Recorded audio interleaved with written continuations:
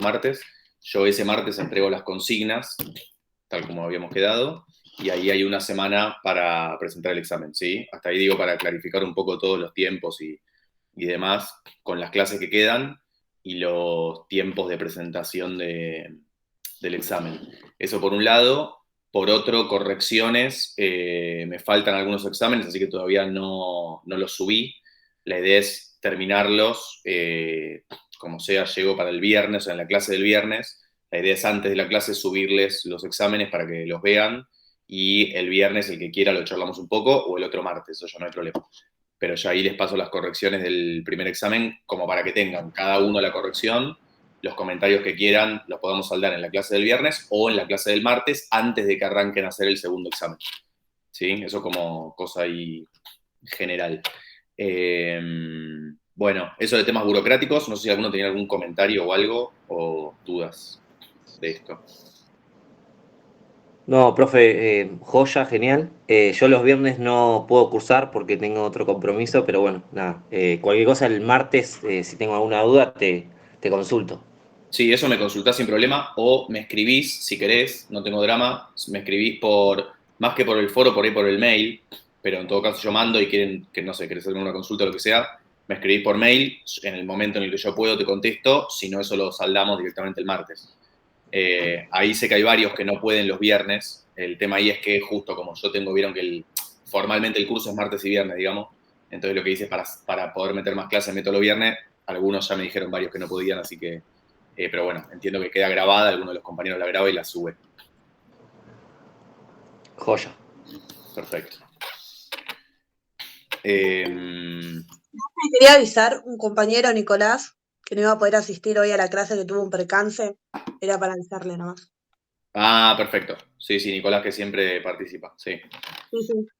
Ok, bien. ¿Algo particular que te dijo? No, tu problema personal. Problemas visuales.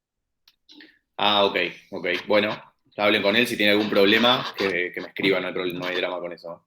Digo, por ejemplo, si Dale, tiene algún problema por el examen o no sé, surgió algún dale, tema, dale. que me escriba. Dale. Sin tema. Bueno, a ver. Les comento, bueno, hasta acá la cuestión burocrática, no sé si alguno tiene un comentario o algo. Después ya yo dejé escrito, teníamos las recomendaciones para el examen, que son las mismas que el primero, los tiempos son los mismos, se va a subir igual. Después vienen las fechas, con esto de, igual lo podemos ir hablando en las clases, las fechas de corrección de recuperatorios y de integradores, que eso está en el cronograma, mi idea es respetarlo. No me puedo pasar yo del cronograma por la cuestión burocrática que ya les dije del tema de entrega del cierre de actas. Así que, bueno, nada, esa va a ser la cuestión. Y por ahora, por cómo venimos, nada, vamos a seguir ahora en esta modalidad de estas clases que les digo. En el examen, esto lo recuerdo, entra. La idea es que entre ahora charlamos un poco del contenido, pero que entre todo, Ricardo. Si llegamos a ver algo de marginalismo, por ahí alguna cosita chiquita voy a sumar, no creo.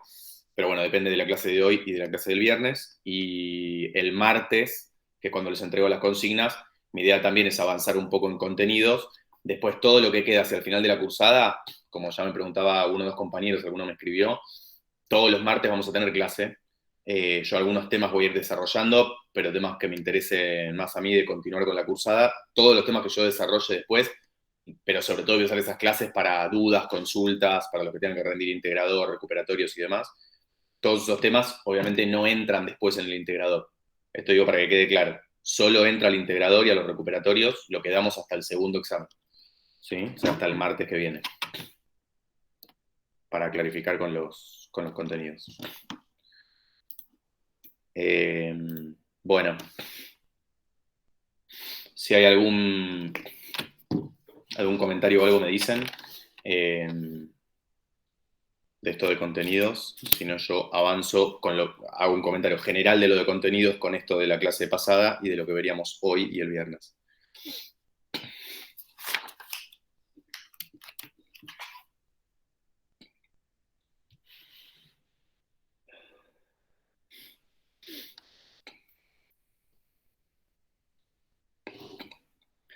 Bueno, otra cosa que les iba a decir es que después, bueno, hacemos cuando terminemos la cursada hacemos un balance, yo generalmente les paso algo para que me pasen escrito una devolución respecto de las clases, de la materia y de los textos, a ver cuán engorrosos les resultaron, porque lo que yo ya vengo diciendo del principio, es una materia, por el enfoque que le doy yo a la materia, son textos medio engorrosos y medio difíciles de traer a la discusión más actual.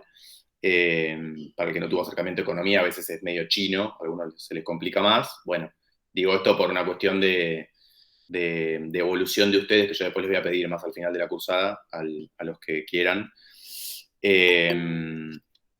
Y bueno, y acá comentario respecto de contenidos, de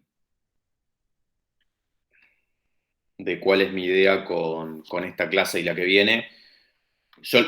A ver, mi punto es, yo les voy a ir aportando como cuestiones en diferentes lecturas y enfoques de Ricardo, ahora puntualmente, después que ustedes las usen como, digamos, mejor les venga y que puedan tomar esto como un, no sé, un inicio para el que le interese más de meterse a discutir estos temas. Yo lo planteo abiertamente con mi lectura y hoy lo que vamos a hacer puntualmente es seguir bastante al pie de la letra el desarrollo de Ricardo. Digo esto que a veces se vuelve más engorroso, se vuelve, discúlpeme el término académico, un poco más hinchabolas de estar siguiendo el texto más puntualmente. Lo que pasa ahí es que parte del enfoque que le quiero dar a la cursada es justamente eso, ir a leer qué es lo que dijo el autor puntualmente, digamos, qué es lo que dijo textualmente para verlo y discutirlo. Obviamente no podemos hacer algo que es ir párrafo por la extensión del curso. Igual fíjense que estamos llegando al segundo examen, estamos viendo Ricardo, vimos muy poco de los contenidos generales, como no pudimos avanzar tanto, profundizamos mucho en Smith y en esto que estamos viendo ahora de Ricardo. Bueno, la idea es que esto para mí sirva como de base para la discusión posterior. De hecho, yo se los planteo con esto que siempre les digo, que es entrarle Smith y entrarle Ricardo con el prisma, digamos, con el espejo, digamos, el filtro de la discusión actual, de qué se discute hoy con Smith y con Ricardo. Y lo que fue la discusión con los marginalistas y demás. Bueno, dicho todo esto, la clase pasada hice un paneo general de Ricardo, que ahora repaso muy rápidamente, y mi idea hoy es meterme de lleno con el texto de Ricardo. Vamos a repasar algunos pasajes puntuales, yo se los voy a marcar,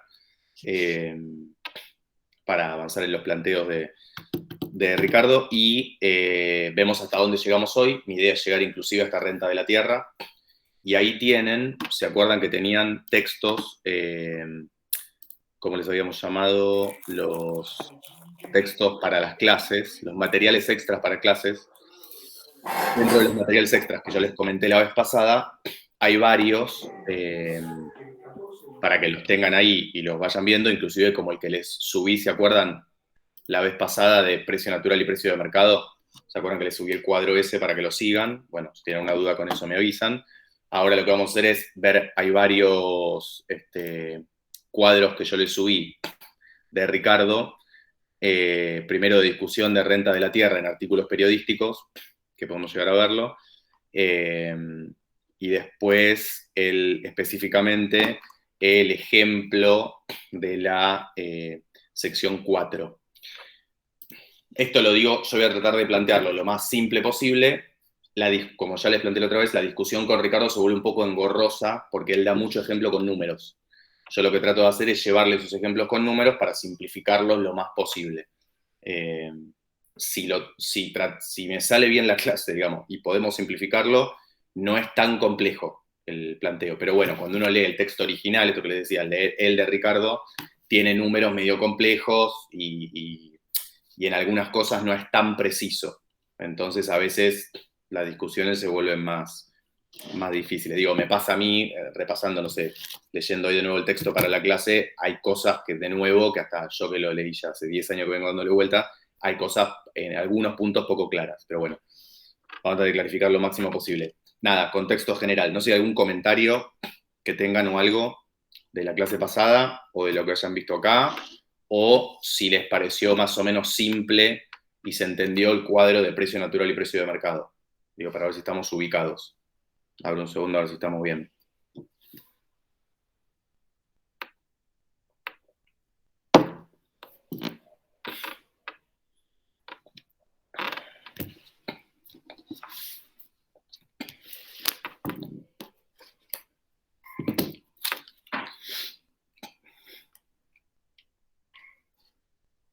Sí, lo que había dicho la otra vuelta, lo del precio natural, que siempre tiene que gravitar alrededor, digamos, el precio de mercado siempre tiene que gravitar alrededor del precio natural, como que no se puede pasar. ¿A eso se refiere, profe?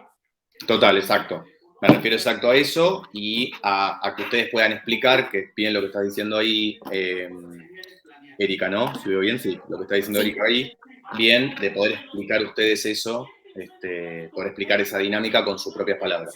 Es lo que en algunos casos, en los exámenes que estuve viendo, en algunos casos, o hay citas muy textuales, o hay de todo, pero hay muy buenas explicaciones con palabras de ustedes, de poder entender un poco esa, eh, esa dinámica, que ustedes puedan explicar eso con sus propias palabras, digamos, tomando por ese ejemplo con números y demás, pero entendiendo de qué va la cuestión. Bueno, ahora vamos a volver a esto de precio natural y precio de mercado, con una distinción que hace Ricardo de los bienes, pero ahora volvemos a eso. Primero, retomo en términos generales el planteo de la vez pasada, ¿no? Ya hablamos un poco del contexto teórico, hablamos un poco del contexto histórico en el que escribe Ricardo, dijimos, son 40 años después de la riqueza de las naciones, todo el texto de Ricardo es una especie de diálogo, de ida y vuelta con Smith, retomando un montón de cosas y criticando otras, y dijimos puntualmente del método de exposición de Ricardo, de cómo expone en los principios de economía y tributación, dijimos que primero tenía una fuerte naturalización de estas relaciones sociales, para ponerlo así, si queremos verlo en términos más históricos o del materialismo histórico, del marxismo, tiene una naturalización muy fuerte de este tipo de relaciones porque dice el producto de lo que sale de la tierra se divide entre tres clases sociales. Y esas tres clases en toda sociedad existen, que es lo que aparece en el preámbulo, y dice lo más importante, el núcleo de la economía política es estudiar la distribución entre esas tres clases sociales. Entonces lo que dijimos primero es que naturaliza esta forma de producción, mucho más inclusive que Smith, porque ya hasta en el estado rudo y primitivo de Smith había capital, ahora lo vamos a ver. Y que lo que desarrolla es un esquema, lo habíamos planteado la otra vez, trata de ponerse desde un lugar bastante objetivo, o sea, por fuera de los conflictos de clases, de los conflictos entre, sobre todo, terratenientes y capitalistas, que ahora lo vamos a ver, pero que utilizaba un método que le llamábamos refutacionismo. ¿Se acuerdan? Habíamos hablado un poco más de lo de Popper, que en realidad lo que decía, y ahora íbamos a ir puntualmente a eso, es que lo que determina el cambio, la relación de cambio entre dos bienes, o sea, el valor de cambio de los bienes, es la cantidad de trabajo que lleva a producirlo, y punto. Y esa es la ley que él establece. Y lo que va a hacer es intentar contrastar esa ley con la realidad, a ver qué pasa en la realidad, si es que efectivamente esa ley funciona, y para eso tiene este esquema que nosotros dijimos más a lo Popper, de plantear la ley como si fuera una especie de hipótesis y ir a refutarla con la realidad.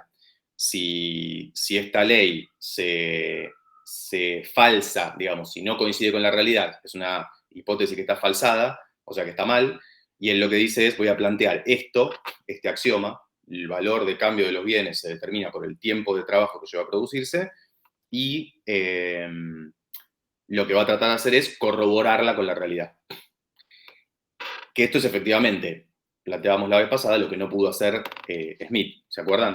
Él dijo, los bienes se cambian por el tiempo de trabajo, cuando lo quiso llevar a la realidad, ¿qué le pasó? Se chocó con varias cosas. Primero, con que existe el salario. Segundo, con que existe el capital. Tercero, con que existe una ganancia. Cuarto, existe una renta de la tierra. O sea, hay un montón de, pongámosle así, categorías económicas, un montón de fenómenos económicos de la realidad que Smith no puede explicar con su teoría. Por lo menos no puede hacerla compatibilizar. Esto la vez pasada lo llamamos, no sé si recuerdan ahí, tratar de hacer una teoría de la distribución que coincida con la teoría del valor, que era lo que intentaba hacer Ricardo. Armar una teoría de la distribución del salario, el beneficio y la renta que no se contradiga con la teoría del valor trabajo, de que las cosas se cambian por el tiempo de trabajo. Y ahí lo que yo había planteado justamente era esto, que iba a discutir, por lo menos en 4 puntos, después vamos a ver alguna otra cosita más, pero iba a tratar de hablar del salario, en primer lugar, del capital, en segundo lugar, de la ganancia, en tercer lugar, y de la renta, en cuarto lugar. ¿Se acuerdan? Ordenamos la exposición en estos 4 puntos, ¿sí? Digo, para que lo tengan ahí ordenado de cómo vamos a ir avanzando sobre el texto de Ricardo. Lo digo con otras palabras. Que ninguna de estas cosas, el salario, el capital, la ganancia y la renta, modifican la ley del valor.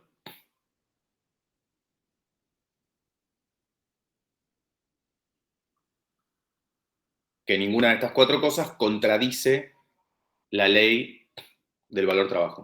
O sea, que las cosas se cambian por el tiempo de trabajo. Bueno, y después ya les planteaba otras 2 cosas más que aparecían ahí, que eran el experimento que él hace de qué pasa, que ahora lo vamos a ver en el texto, cuando hay un aumento de salarios, si el aumento de salarios afecta el valor, y después qué pasa con la igualación de tasas de ganancia, que eso solo lo planteé en términos generales, lo dejo ahí como para después desarrollarlo. Este último punto, el anteúltimo, que dije, sería el punto 5, este experimento que él hace de a ver qué pasa si yo aumento salarios, lo voy a decir muy simple. Lo que tiene que pasar es que si yo aumento los salarios para producir esta botella, no puede cambiar el valor de la botella. ¿Por qué? Porque no cambió el tiempo de trabajo que se necesita para producirla. ¿Sí? Lo digo como una cosa muy básica. ¿Me siguen hasta acá? Después podemos discutir un montón de cosas. ¿Sí? Pero si aumentás el salario, si los empresarios lo trasladan a precio, entonces aumenta el precio. Bueno, él lo que va a decir es, si yo aumento el tipo que hace la botella, le paga más al trabajador que produce la botella, ¿qué va a pasar? No va a aumentar el valor de la botella, porque las horas de trabajo que yo voy a producir es la misma, con la misma destreza, el mismo ingenio, todo, ¿sí? No cambia el valor, no cambia el tiempo de trabajo, no cambia la cantidad de trabajo. Entonces yo lo que podría decir, para hacerlo simple, como una fórmula, que la habíamos planteado la vez pasada, es que él lo que está diciendo es que el valor o el precio de los productos, el valor o el precio de los bienes, es igual a la cantidad de trabajo que lleva a producirlo. Pero no al salario. Es distinto al salario, a lo que se paga para producir ese bien. ¿Sí? No sé si hasta acá, esta idea me parece que es muy importante, si está claro, si no me lo comentan, y repito, lo estoy haciendo muy básico, pero esta idea es muy importante.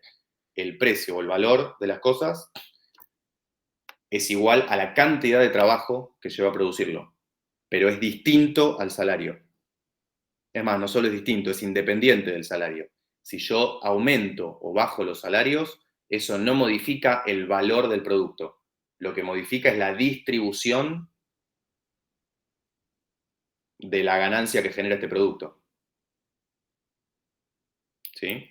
Si lo poníamos en hora de trabajo, esto lleva 5 horas de trabajo. Si el trabajador se llevaba 3 horas y aumento el salario, ahora se lleva 4. Lo que va a pasar es que el trabajador se va a llevar 4 horas y el dueño, el empresario, se va a llevar 1 hora. Antes se llevaba 2. ¿Se acuerdan de eso? Hasta acá estábamos. Si hay una duda, me avisan. ¿Y cómo sería, profe, si modifica la ganancia? Tan simple, y ahora lo vamos a ver un ejemplo, pero como esto. Cuando aumenta el salario, si esto me lleva a producir los 5 horas, supónganse que la situación ahora es que yo soy el trabajador que produzco esto. Yo produzco esto y el dueño de la empresa me paga a mí por esta botella 3 horas. Las otras 2 que yo trabajé es la ganancia de él. ¿Sí? Como hacer un supuesto. De repente yo me junto con todos ustedes, yo hacemos no sé qué, hacemos por X cuestión, logramos un aumento de salarios. ¿Qué es lo que va a pasar? Esta botella, que nosotros le vamos a trabajar igual, el mismo tiempo, con el mismo ingenio, la misma maquinaria, todo lo mismo. O sea, el proceso productivo no cambia. O sea, el tiempo de trabajo y la calidad y el tipo de trabajo es el mismo. Entonces la botella va a salir lo mismo. ¿Qué va a pasar? Lo que va a pasar acá es que de las 5 horas que me genera esta botella, en vez de que ahora yo me lleve 3, yo me voy a llevar 4. ¿Quién va a perder esa hora que queda? El dueño de la empresa. Entonces lo que va a haber pasado ahí es que el precio o el valor de la botella no cambió, se mantuvo en 5 horas, pero lo que pasó es que bajó la ganancia del empresario. Un aumento de salarios, o sea, modificar la distribución, lo que hace es que baje el beneficio. Como si yo tuviera una especie de cacho de valor que es todo el mismo. Son 5 horas. El problema es cómo lo distribuyo. No cambié la cantidad de valor que produje. ¿Sí? Esto lo digo una y mil veces, ya lo habíamos charlado con Smith inclusive, pero es muy importante porque esta es la discusión de fondo en la que se mete Ricardo. Profe, ¿Sí? ¿puedo hacer una consulta? Sí. Ricardo no toma la productividad, ¿no? En este tema. Sí, toma la productividad y de hecho dice, y ahora lo vamos a ver en un párrafo, Porque dice, ahí te dejo un segundito con este comentario y ahí te abro. Suponete que yo mejoro mi productividad en la empresa. Yo estoy produciendo en la empresa botellas. Yo mejoro la productividad. Lo que dice Ricardo es, yo no sé, en 5 horas antes producía una botella. Yo mejoro mi productividad y en 5 horas produzco 2 botellas. ¿Sí? ¿Cuál va a ser el precio de cada botella? Se reduciría.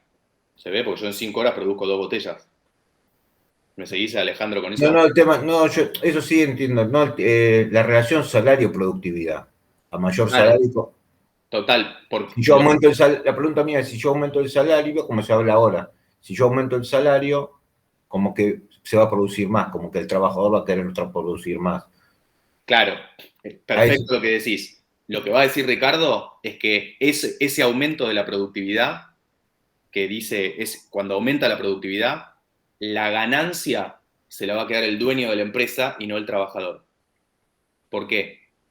Porque el salario del trabajador depende de la subsistencia. Esto es lo que, ahora lo vamos a ver, lo que después se llamó la ley de hierro de los salarios. Los salarios en las industrias, en las manufacturas, tienden a la subsistencia. ¿Por qué? Porque son trabajos, después podemos hablar de la complejidad de diferentes trabajos. Son trabajos que no hay barreras a la entrada, o sea, cualquiera puede trabajar haciendo estas botellas, y lo que va a pasar es que si aumenta la productividad de los trabajadores, se producen más botellas, el salario que se le paga a los trabajadores siempre va a tender a la subsistencia. No es que el tipo produce 2 botellas y se lleva una. No es que voy a decirlo así, el aumento de la productividad no implica un aumento de salarios. El aumento de la productividad implica que se aumenta la cantidad de cosas producidas, pero ese plus se lo lleva la empresa, no el trabajador. En principio, ¿no? Digamos, estamos hablando de la teoría de Ricardo, ahora lo podemos discutir más en concreto. No sé si me seguís, Alejandro, con esto. Esto es importante. El aumento de la productividad no le queda al trabajador. Mi pregunta era al revés. El aumento de salario no implica mayor productividad. Eso. Ah, bien, está. Eso podría ser si es que es como una especie de bono o de incentivo a la producción. Yo le aumento el salario al trabajador y ahí el tipo tiene un incentivo a producir mejor. ¿Sí? Puede ser esto. No es algo que Ricardo desarrolla, porque en realidad lo que a él le interesa con eso es si yo aumento el salario, no le interesa tanto si aumenta la productividad ahí, sino qué pasa con lo que se produce. ¿Sí? Está bien igual la pregunta que haces, pero no es algo que desarrolle a fondo Ricardo en principio, ahora podríamos discutirlo. Ok, gracias. ¿Sí? Pero lo tomé por el otro lado porque esto es importante, voy a decirlo así. Ahora lo vamos a ver ahí, ahora cuando avancemos. En el estado rudo y primitivo de Smith, cuando el tipo iba que el cazador, el recolector, qué sé yo, el tipo aumentaba la productividad de su trabajo y el fruto de eso se lo llevaba el trabajador, porque el producto pertenece al trabajador. Cuando el capital se acumula y ahora lo que aparecen son dueños de capital que contratan gente para trabajar, el aumento de la productividad de los trabajadores ya no pertenece al trabajador, ahora pertenece al empresario. ¿Sí? En términos genéricos, ahora después podemos discutirlo más puntualmente.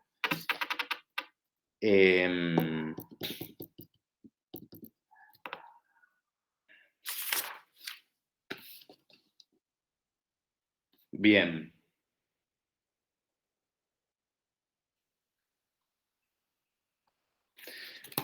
Entonces, para avanzar rápido, ahora llegamos a esto. Lo primero que discute Ricardo en el texto es empieza a discutir sobre de hecho, así se llama el capítulo 1, sobre el valor, ¿no? Empezar a discutir de qué es el valor de las mercancías. Como yo les dije, para después avanzar en discutir salario, beneficio, renta, etc. Para que nos ubiquemos en términos del texto. Todo el capítulo 1 habla sobre el valor, que es el nombre del capítulo. En las primeras secciones, el capítulo 1 tiene 7 secciones. En la sección 1 y la sección 2 habla del tema del salario. Esto se lo comento como para después se organicen ustedes con la lectura. En la sección 1 y la 2 habla del tema del salario. En la sección 3 empieza a hablar del tema del capital. Y en la sección 4, ahora voy a explicarlo, empieza a hablar de cómo la existencia de diferentes composiciones de capital puede modificar la ley. Lo digo muy simple. Él plantea, lo único que determina el valor de cambio es el tiempo de trabajo. Pero en la sección 4 del capítulo 1 dice, esto es considerablemente modificado por el empleo de maquinaria u otro capital fijo duradero. Lo digo en criollo, el valor de cambio lo determina el tiempo de trabajo, pero esto está modificado cuando hay diferente utilización de maquinaria o de capital fijo en dos ramas industriales. ¿Sí? Ahora lo vamos a mirar eso. Yo, el ejemplo típico que les doy es la producción de mandarinas y la producción de acero. Una recontra tecnificada y otra recontra no tecnificada, digamos. Una es casi absolutamente manual y otra totalmente tecnificada. Eso modifica, según él, su propia ley del valor, que le va a traer varios problemas, pero eso, bueno, después lo vamos a ver. Bien, y después, en la sección 5, es algo parecido a esto que digo yo, de la composición del capital. Cuando yo digo composición, digo un sector con más máquina y otro con menos máquina, con más maquinaria y menos maquinaria. Y en la sección 5 habla de dos capitales no con diferente composición, como si fueran mandarinas y acero, sino con diferente durabilidad del capital, con diferente rotación. Por ejemplo, la producción, qué sé yo, de una remera, que es un ciclo productivo corto, o la producción forestal, que me puede llevar 15 años. Yo invierto ahora y la ganancia o el ciclo del capital, el ciclo de esa inversión puede durar 15 años. Pongo la semilla hasta que el árbol crece y lo puedo explotar, pasan 15 años. ¿Se entiende esa diferencia? Entre composición del capital por un lado, diferente cantidad de maquinaria usada o diferente rotación o durabilidad del capital. Bueno, eso después lo vamos a ver ahí. Y en las secciones 6 y 7 son, vamos a nombrarlas por arriba, pero después ya en el capítulo 2 es donde habla de la renta, ¿sí? De cómo juega la teoría de la renta en su teoría del valor.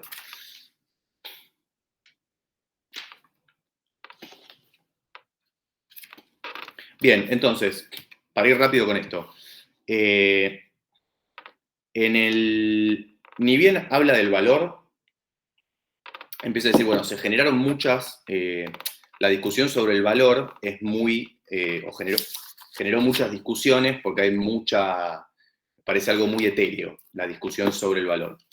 Pero él dice, Smith distinguió muy bien, diciendo que las cosas tienen valor de uso y valor de cambio, y ahí él da el ejemplo de la paradoja del agua y los diamantes, ¿no? Lo que ya habíamos discutido. Vuelve a ese ejemplo y dice, Smith estuvo muy bien planteando que lo que tiene mucho valor de uso pareciera que tiene poco valor de cambio y viceversa, ¿se acuerdan? Agua y diamantes, lo que ya habíamos discutido. Pero ¿qué dice ahí entonces? Lo que plantea muy claro Ricardo es que lo que está queriendo decir Smith con esto es que la utilidad de los bienes, o sea, el valor de uso, no es ni la fuente ni la medida del valor de cambio. O sea, la utilidad no hay que tomarla en cuenta, que es, ¿se acuerdan lo que nosotros veníamos discutiendo con Smith desde el final del capítulo 4? Cuando él dice que parece que la relación es inversa, dice Ricardo, en realidad lo que está diciendo es que la utilidad no tiene nada que ver con el valor de cambio, ¿sí? Entonces, por eso yo planto otra bandera acá, como ya habíamos hablado, y les digo, esto es anti-neoclásico o anti-marginalista. ¿Se acuerdan en la discusión que decíamos? Smith y Ricardo plantean que el valor está dado por el tiempo de trabajo, el marginalismo va a decir el valor está dado por la utilidad, y avanzan con esta discusión de la utilidad marginal. La última porción de la mercancía disponible, la utilidad que me dé, es la que me va a definir el precio de las cosas. Bueno, Ricardo acá está volviendo a plantar bandera y a decir la utilidad no tiene nada que ver. Y en esto fue muy claro Smith. Ahora, la utilidad no tiene nada que ver, pero dice es absolutamente esencial para que haya un precio o un valor de cambio. Si algún bien no sirve para nada, si yo tengo esta botella y esta botella no le sirve nada a nadie y la utilidad que tiene es cero, entonces no va a tener precio. Es como, podríamos discutirlo con un montón de cosas. Si yo me pongo a hacer no sé, tengo atrás un Picasso, si yo me pongo a dibujar yo y quiero venderlo, dibujo pésimo, nadie me lo va a querer comprar, eso no es una mercancía, ¿pero por qué? Porque tiene cero utilidad. Nadie en el mercado le interesa comprar esa mercancía. ¿Qué significa eso? Que no va a tener precio. ¿Qué dice Ricardo?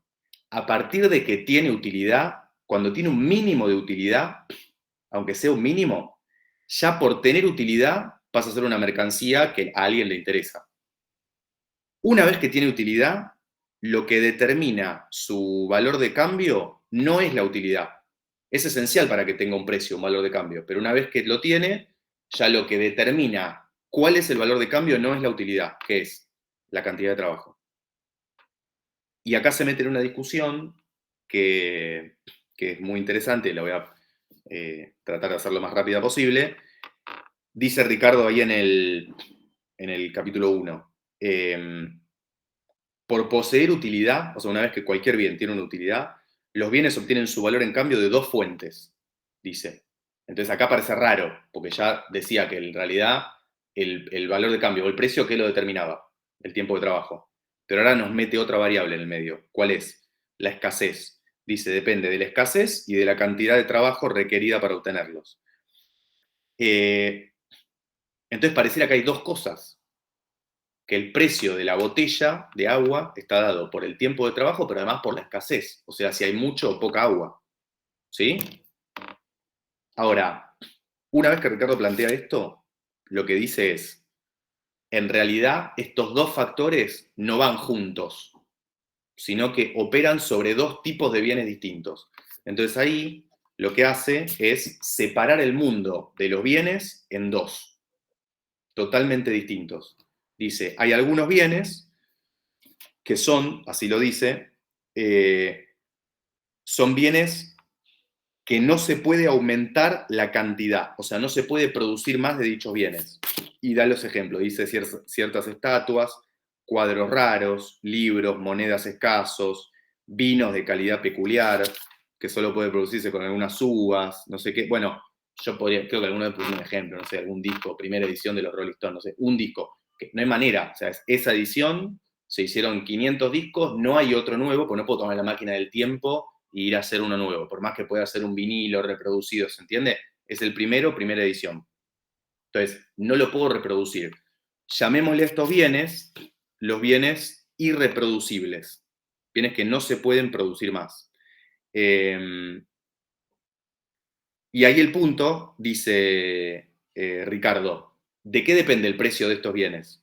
Y ahí dice, el precio de los bienes no tiene nada que ver con el tiempo de trabajo que llevó a producirlos. No sé cuánto le llevó a Picasso pintar el cuadro. No sé cuánto llevó a hacer el vino, cuánto tiempo de trabajo. ¿Por qué? Porque como son irreproducibles, dice, en realidad el valor de estos bienes varía con la riqueza y las inclinaciones de quienes quieren poseerlos. O sea, ¿de qué depende? De los gustos, de las preferencias, de la utilidad. Si hay un cuadro de Picasso, bueno, si le gusta más a la gente Picasso tendrá más valor, si le gusta menos tendrá menos valor. ¿Se entiende? ¿De qué depende entonces acá el precio de estos bienes? De la cantidad que hay, por eso la otra vez yo comentaba algo de esto, del stock de esos bienes. Yo les decía stock porque es una especie de oferta fija, o sea, no se puede producir más de esos bienes, de la cantidad de esos bienes que hay y de la demanda de esos bienes, o sea, de la utilidad. Se entiende acá que lo que estoy diciendo es de la relación entre la oferta y la demanda. ¿Cuántos hay y cuántos se demandan? Lo que pasa es que es una oferta fija, y esto es muy importante en este tipo de bienes. No se puede producir más.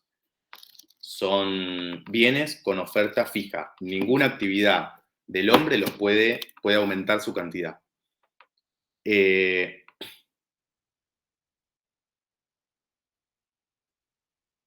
dice Ricardo, esto es solo una parte, y lo dice así, de todo el conjunto de bienes que se intercambian en el mercado. La mayoría de los bienes que son objeto del deseo, o sea, casi todo el resto de los bienes que hay en el mercado, se pueden multiplicar, dice él, no solamente en una nación, sino en muchas, casi sin ningún límite determinable, si estamos dispuestos a dedicar trabajo para obtenerlo. O sea, lo que está diciendo es, hay un universo de bienes que son muy poquitos, que son estos, llamémosle irreproducibles, ¿sí? O escasos, podemos llamarle, y el otro universo de los bienes, que son todos, estos anteojos, la remera, esta lámina, porque ni siquiera es un cuadro, es una lámina que se reproduce, la computadora, todos los bienes que circulan en la economía, que son bienes reproducibles, que se pueden producir casi sin ningún límite. Dice, recordamente no está diciendo la producción puede ser infinita, pero dice, son bienes que dependen de la decisión de las empresas, de la sociedad, de producirlos. De esos bienes, dice, y acá lo dice muy claro, al hablar de los bienes, de su valor en cambio y de las leyes que rigen sus precios relativos, o sea, todo lo que va a discutir ahora en adelante en el texto, siempre hacemos alusión a aquellos bienes que pueden producirse en mayor cantidad mediante el ejercicio de la actividad humana y en cuya producción opera la competencia sin restricción alguna. Repito esto, va a hablar de los bienes, cuando se pone a hablar de los bienes, que de lo que va a hablar en el libro son los bienes que son reproducibles y que su valor depende de la cantidad de trabajo que lleva a producirse. La oferta de estos bienes, la cantidad de bienes que hay en el mercado, de botella, de libro, de mouse, de computadoras, es absolutamente variable. ¿Se ve? ¿Y con qué dinámica? ¿Cómo se aumenta esa producción? Lo que decía Erika antes de la dinámica del precio natural y precio de mercado. Si de repente la sociedad quiere más computadoras o quiere más el ejemplo que dimos nosotros de la tela negra de Smith, hay un duelo y quiere más tela negra, aumentar la demanda de tela negra, subirá el precio de mercado, como sube el precio de mercado, vender tela negra, uno saca más ganancia, aumentará entonces la oferta de tela negra, porque hay productores que producen tela de color o cualquier otro bien y se ponen a producir tela negra, aumenta la producción y eso hace bajar el precio de mercado. O sea, de vuelta, sube la demanda, sube el precio de mercado, sube la oferta, baja el precio de mercado. ¿Hasta cuándo? Hasta el precio natural. Esa dinámica de precio natural y precio de mercado es la que, dice Ricardo, se da claramente en los bienes reproducibles. Los bienes que su valor depende del tiempo de trabajo que lleva a producirlos. Profe, una pregunta. Sí.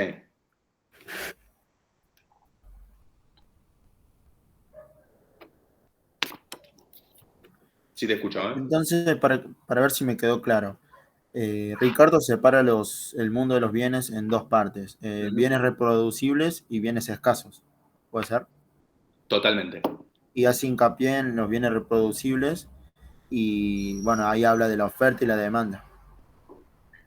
Sí, perdón, te corrijo una cosa, porque Sí, por ahí no quedó claro en lo que yo dije. Están los bienes escasos y los reproducibles. Los escasos, los que, por eso yo le digo, es medio tramposo llamarles escasos, ahora les comento algo más, yo les digo directa, para que quede bien claro, irreproducibles. Son bienes que no se puede producir más cantidad. Dice, esos bienes, los que son irreproducibles, la oferta es fija. El dato importante de este tipo de bienes es que la oferta es fija. Pongamos el ejemplo de lo que te dije, ¿no? Un disco de los Rolling Stones, no sé, un vino particular que ha añejado 30 años, un cuadro, lo que quieran. Cualquier bien que no se pueda reproducir más. y la oferta de esos bienes está fija, por eso llamamos stock. ¿Sí? ¿De qué depende el precio de esos bienes? ¿Del tiempo de trabajo que llevó producirlas? No, de los gustos, las preferencias, el Exacto. poder adquisitivo. No del tiempo de trabajo, porque es totalmente independiente del tiempo de trabajo. Yo no sé, ni importa, si la primera edición de los Stones, el cuadro de Picasso o el vino llevó 1 hora o 700 horas. No me importa cuánto tiempo llevó producirlo, porque es algo que está disponible en el mercado y el precio va a depender de los gustos, las preferencias, las inclinaciones, de la riqueza de los que lo quieran comprar, o sea, de la utilidad de la demanda. Si el mercado quiere más de esos bienes, va a tener un precio más alto, si quiere menos, va a tener un precio más bajo. En ese caso, funciona la teoría de la utilidad. Cuanto más útil, más precio, cuanto menos útil, menos precio, porque la oferta de esos bienes está fija, no se puede mover. No hay ninguna decisión de los productores que pueda mover esa oferta. Por eso lo que decía Hernán es lo contrario de eso. Este tipo de bienes, el valor depende de la utilidad directamente. Pero él dice, o lo dice Ricardo, de la escasez, ¿no? De cuán escasos son. Por eso le llama bienes escasos. Ahora dice, esto es un grupito muy chico de todo el universo de bienes que circula en el mercado.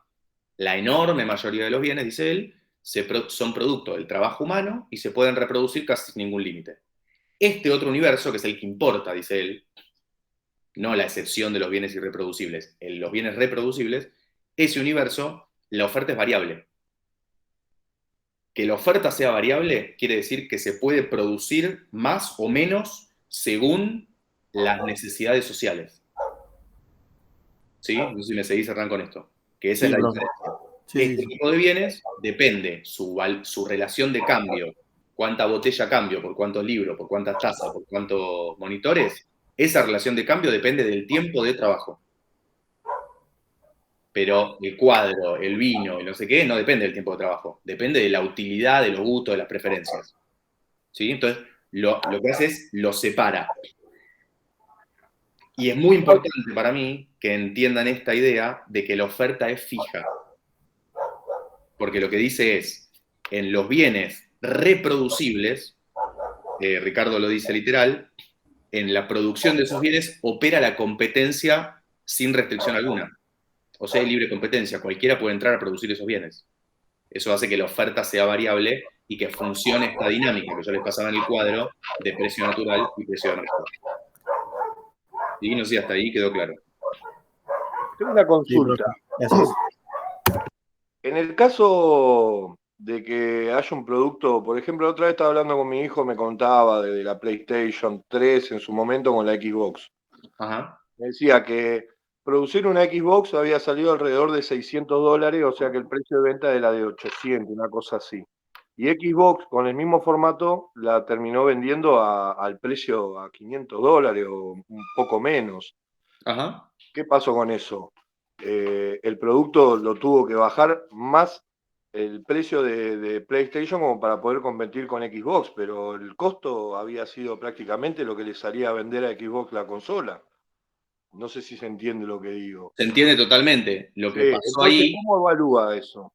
Sí, lo que pasó ahí con el ejemplo que decís es un ejemplo bastante simple de seguir en esta dinámica de un precio natural y un precio de mercado. El Xbox o llamémoslo como sea, ¿no? No sé, las 7 tipos de consolas distintas. Entiendo que además lo que pasa en esos mercados es que por ahí hay un producto que por marca, por lo que sea, te consolida un tipo de compras como los celulares, no sé, el iPhone o el Samsung, digamos, ¿no? Entonces te abarcan por ahí el 80, no sé, el 90% del mercado. Pero en este de las consolas, por ahí hay 1 o 2, pero lo que empieza a pasar es que cuando el producto pasa a ser más o menos homogéneo, son productos más o menos similares, lo que empieza a pasar es que el producto que se empieza a consumir, después vamos a discutir un montón de cosas, pero el precio del producto tiende a bajar hacia el costo, a acercarse al costo, que es lo que decías. Por ahí salía, no sé, 800 una y el otro se vendía a 500. Bueno, lo que empezó a pasar, a no ser que el de 800 tenga alguna mejora tecnológica o alguna mejora de marketing o de comprarlo por marca, que es la otra discusión. cómo modifica el valor de los productos el tema de la marca, el tema del marketing atrás del producto. Pero si vos mantenés que el producto es más o menos el mismo y la calidad del producto es el mismo, tendería a bajar hacia el costo. ¿Qué es esto que estamos diciendo? Si opera la competencia sin restricción alguna, esos precios tienden que tender a bajar. ¿Por qué? Porque entran otros competidores que te lo producen con un costo más bajo. A no ser que vos logres, por alguna cuestión, que pueda ser, no sé, qué sé yo, producís el iPhone y no lo tenés certificado por no sé qué, bueno, no tenés la certificación. Entonces entra toda otra discusión más del marketing o del tipo de producto, porque no llegás a la innovación tecnológica, no sé qué. La Coca-Cola, bueno, vendés la Coca-Cola porque es un markup de la marca Coca-Cola. Entonces, no sé, hasta que tenés la fórmula de la Coca-Cola no sacás el mismo producto. Pero con esto que está diciendo, no sé si te seguí, Gabriel, con esto, te lo traigo al ejemplo Sí. que me parece importante para distinguir cómo se mueven los precios en el mercado, que esto sale del planteo este de Smith. Hay un precio natural que se acerca al costo de producción, el que cubre salario, beneficio y renta, y hay un precio de mercado que está movido por los movimientos de la oferta y la demanda. Claro. Si sube la demanda, me va a subir el precio de mercado, pero lo que dice, y esto es importante, lo que dice Smith es, ese precio de mercado que está arriba, suponete que la consola esta que me decías, creo que me decías $800, esta consola que sube $800, lo que va a pasar es que si entran otros competidores, va a volver a bajar, porque se van a producir más consolas hasta cubrir las necesidades de los que quieran comprar consolas por ese precio, van a empezar a bajar los precios de la consola porque se va a acercar el costo de producción, porque va a venir un chino que la va a producir con la misma calidad. Bueno, no tengo que dar ejemplo, podemos entrar en el detalle, pero no sé. No, por eso, yo lo veía como pérdida, porque cuando él me lo explicó, perdón, cuando él me lo decía, digo, ¿cómo van a hacer eso? Si le salió a hacer 500 hacerla y el otro la está vendiendo a 500, lo mismo, porque era prácticamente lo mismo, digo, pero perdieron guita a lo loco. Digo, ¿dónde está la ganancia de ellos? Esa era mi inquietud, digo, ¿cómo ganaban ellos? Porque si la pusieron a 800 es porque le salió 500 hacerla, y ellos terminaron haciéndola a los otros a, no sé, a $300 la consola y la vendieron a 500. Es como que Claro, el costo de producción fue distinto para las dos consolas, pero el formato es prácticamente el mismo. Por está eso bien, me yo surgió la duda. te lo diría por otro lado, porque desconozco el mercado de la consola, digamos. Ahí podemos dar miles de ejemplos. En ese caso, Sí, lo que debería haber pasado, en principio, no sé si fue así, es si el costo de producción, ponerle que la consola se hacía en China, entonces tenés un costo de la mano de obra de 7 veces menos que el que la produce en Irlanda, Inglaterra o Alemania. claro, Entonces tenés sí. un costo de producción menor. Bueno, el problema es si ese costo de producción menor se compensa con menor calidad. Porque lo que te puede pasar es que vos los produzcas en Alemania, en Irlanda, qué sé yo, con mejor calidad y el chino con peor calidad. Lo que pasa en el grueso de las innovaciones tecnológicas es que la famosa copia china de hace 20 años, ya hoy por hoy no es una copia china, son originales chinos. Entonces tenés Sí. niveles de desarrollo tecnológico muchísimos, sobre todo en electrónicos y demás, que equiparan cualquiera de los países desarrollados, digo, porque China ya es un desarrollado. Con lo cual, ¿qué te quiero decir? El costo tiende después a universalizarse. Entonces, lo que termina pasando es que Ah, el costo de producción puede ser muy similar en, no sé, en China, en Japón, en Estados Unidos y en Alemania. Puede ser eso, o puede ser que tengas costo de producción distinto porque tengas valores salariales distintos. Entonces, que le pase lo que pasó, no sé, en Estados Unidos, que se te relocalizó la industria en el sudeste asiático porque tenés costo mucho más bajo. Pero lo que va a pasar es que te van a desaparecer los productores estadounidenses, que es lo que pasó en muchos sectores. ¿Por qué? Porque tenés una sí, competencia con un sí, costo más ya me bajo. suena. Sí, sí, listo. Gracias. ¿Sí? Bien. Digo esto y vuelvo ahora a la discusión teórica con Smith. Está buenísima estas discusiones, bien prácticas, son ejemplos concretos de esta dinámica de cómo se da el precio natural y el precio de mercado, o sea, el costo de producción, cuando hay un movimiento de la demanda. Yo lo que les planteaba la otra vez, que me parece de lo más potente, es que Smith lo que dice es que el precio no se queda arriba en el precio de mercado, como dice alguna teoría. La demanda te determina el precio. No. Smith dice, la oferta se acomoda, se aumenta la producción porque hay competencia, y entonces vuelve a bajar el precio. ¿Sí? Yo se lo decía, lo pongo más técnico esto, el movimiento en la demanda no te determina el precio, te determina la cantidad que se produce. Si la gente quiere más consolas, se van a producir más consolas. Pero el precio de la consola va a quedar igual. Después de algún movimiento va a volver a bajar. ¿Qué es lo que te determina el precio? La oferta. Las condiciones de producción, pongámosle así. El tiempo que lleva a producir la consola. Eso te determina el precio. O el costo de producción, ¿no? En el otro debate. Es importante esto por la cosa de sentido común de que, y la demanda, si la gente quiere más, va a subir el precio. Sí, va a subir el precio por un tiempo, hasta que se acomode la oferta y el precio vuelve a bajar. ¿Se entiende eso? Ese es el planteo fuerte de Smith con esto de precio natural y precio de mercado.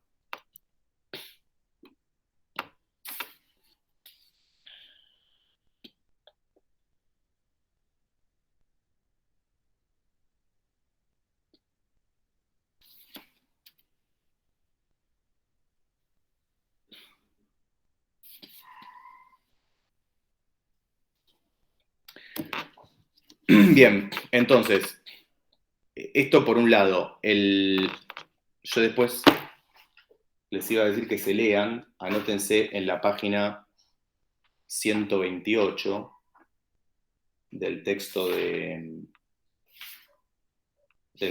Kicillof, donde está la discusión de la escasez. Hay todo un párrafo que me parece que es interesante, de vuelta, página 128,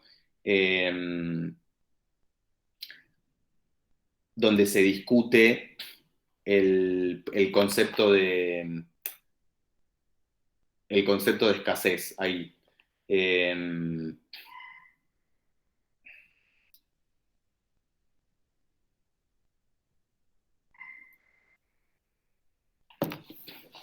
Digo esto porque nosotros lo planteábamos en algún momento.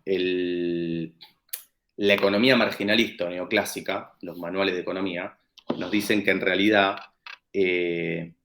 los bienes son escasos, ¿no? Dicen, todos los bienes son escasos. De hecho, era lo que hablábamos en algún momento, ¿no? La administración de los bienes escasos para necesidades múltiples. O sea, la economía marginalista neoclásica de los manuales después nos dice, los bienes son todos escasos. O sea, todos funcionan como si fueran cuadros de Picasso, como si fueran irreproducibles, como si yo no puedo ampliar la oferta de esos bienes. Entonces, el precio de cualquier bien, si yo agarro esta botella, le saco una foto y el precio que tiene, ¿cuál va a ser? Y yo voy a ver la relación entre la oferta y la demanda. ¿Cuántas botellas hay y cuántas botellas quieren consumir ustedes? Bueno, eso me va a dar un precio. Si ustedes quieren consumir más, el precio va a ser más alto. Si quieren consumir menos, el precio va a ser más bajo. ¿Se ve? Funcionaría como una especie de cuadro de Picasso, como una especie de vino, digamos, de bien escaso. ¿Qué es lo que hace la economía, los marginalistas? Digo, adelanto un cachito de esto, pero es la discusión más actual. Todos los bienes funcionan como si fueran escasos, como si fueran estos bienes escasos de Ricardo.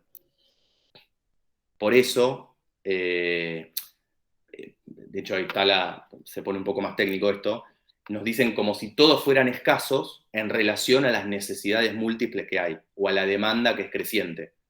Se ve ahí todo el tiempo los bienes son escasos, porque podría haber un montón, no sé, ¿por qué no puedo producir miles de botellas de agua?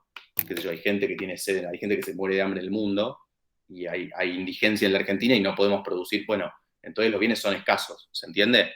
Pero es una escasez, vamos a llamarla así, relativa a la demanda, o sea, hay mucha demanda para esos bienes. Bueno, sí, pero de lo que está hablando Ricardo no es que son relativamente escasos, hay pocos en ese sentido, son pocos en relación a que se podrían producir más. Lo que está diciendo Ricardo es no se pueden reproducir. O sea, son, por eso les pongo este concepto, absolutamente escasos. Es una escasez absoluta, total. No se puede producir más.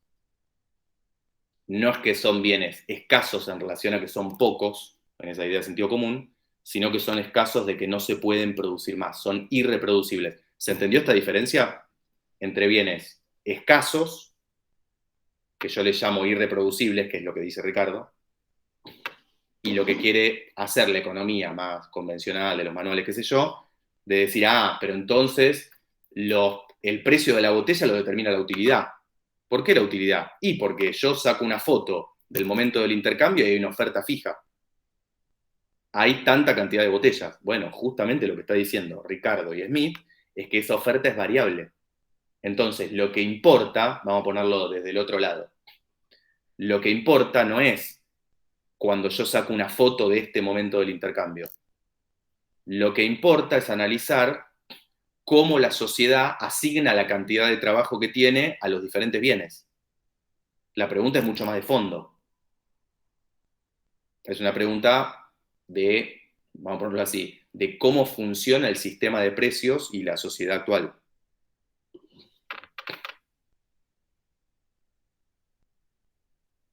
No sé si me sigo con esto, lo corto con esto rápido, pero si yo quiero saber, con el ejemplo que me decían de la consola, no sé, cuál es el valor de la consola, y yo puedo decir, che, se produjeron, no sé, 2.000 consolas y la sociedad quiere consumir 1.000. Bueno, entonces va a subir el precio va a bajar el precio de la consola porque hay mucha oferta para la demanda. ¿Se ve? Si es al revés va a ser distinto. Yo puedo sacar esas fotos, ¿se entiende? De hecho es a lo que se dedica la economía o la econometría moderna de analizar precios de mercado. Voy sacando fotos. Qué oferta y qué demanda hay, y eso me determina un precio de equilibrio, hago el grafiquito de oferta y demanda.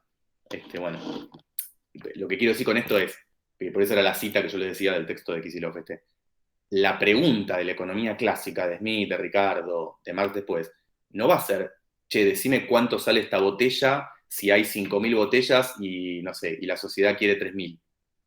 Sino, la pregunta es, bueno, ¿qué va a pasar con el precio de esta botella? ¿Va a subir? ¿Va a bajar? ¿Cuántas botellas voy a cambiar? ¿Se va a poder mover la oferta? ¿La oferta es fija? ¿Se entiende? Hay un montón de preguntas por atrás. Que la economía, más, no sé, marginalista, de manual y qué sé yo, lo que hace más es más sacar la foto más que ver la película. Esto es lo que les comentaba la vez pasada. Bueno, corto con esto, no sé si quedó ahí claro.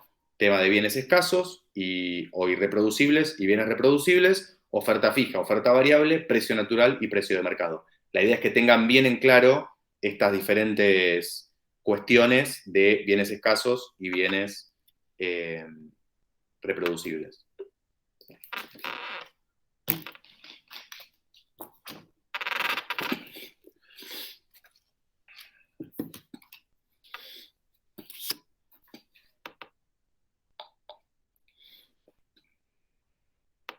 Sí, ahí justo yo que estaba que tengo acá el texto al lado es Smith y Ricardo estudian más las variaciones de los precios a mayor demanda, oferta, es como que ven otras variables, a lo contrario de los marginalistas. Sí, totalmente. Es mirarlo más vamos a ponerlo así, al mediano plazo, no al corto plazo. En el corto plazo se puede mover el precio de mercado, pero si yo dejo mover que opere la competencia libremente, van a aparecer otros productores de consolas y el precio va a volver a bajar. Lo que importa es ver esa tendencia. Okay. Y mirando esa tendencia es que Ricardo dice, esto es lo que importa, el precio de las cosas lo determina el tiempo de trabajo que lleva a producirse para el enorme grueso de los bienes que circulan en el mercado, que son los reproducibles.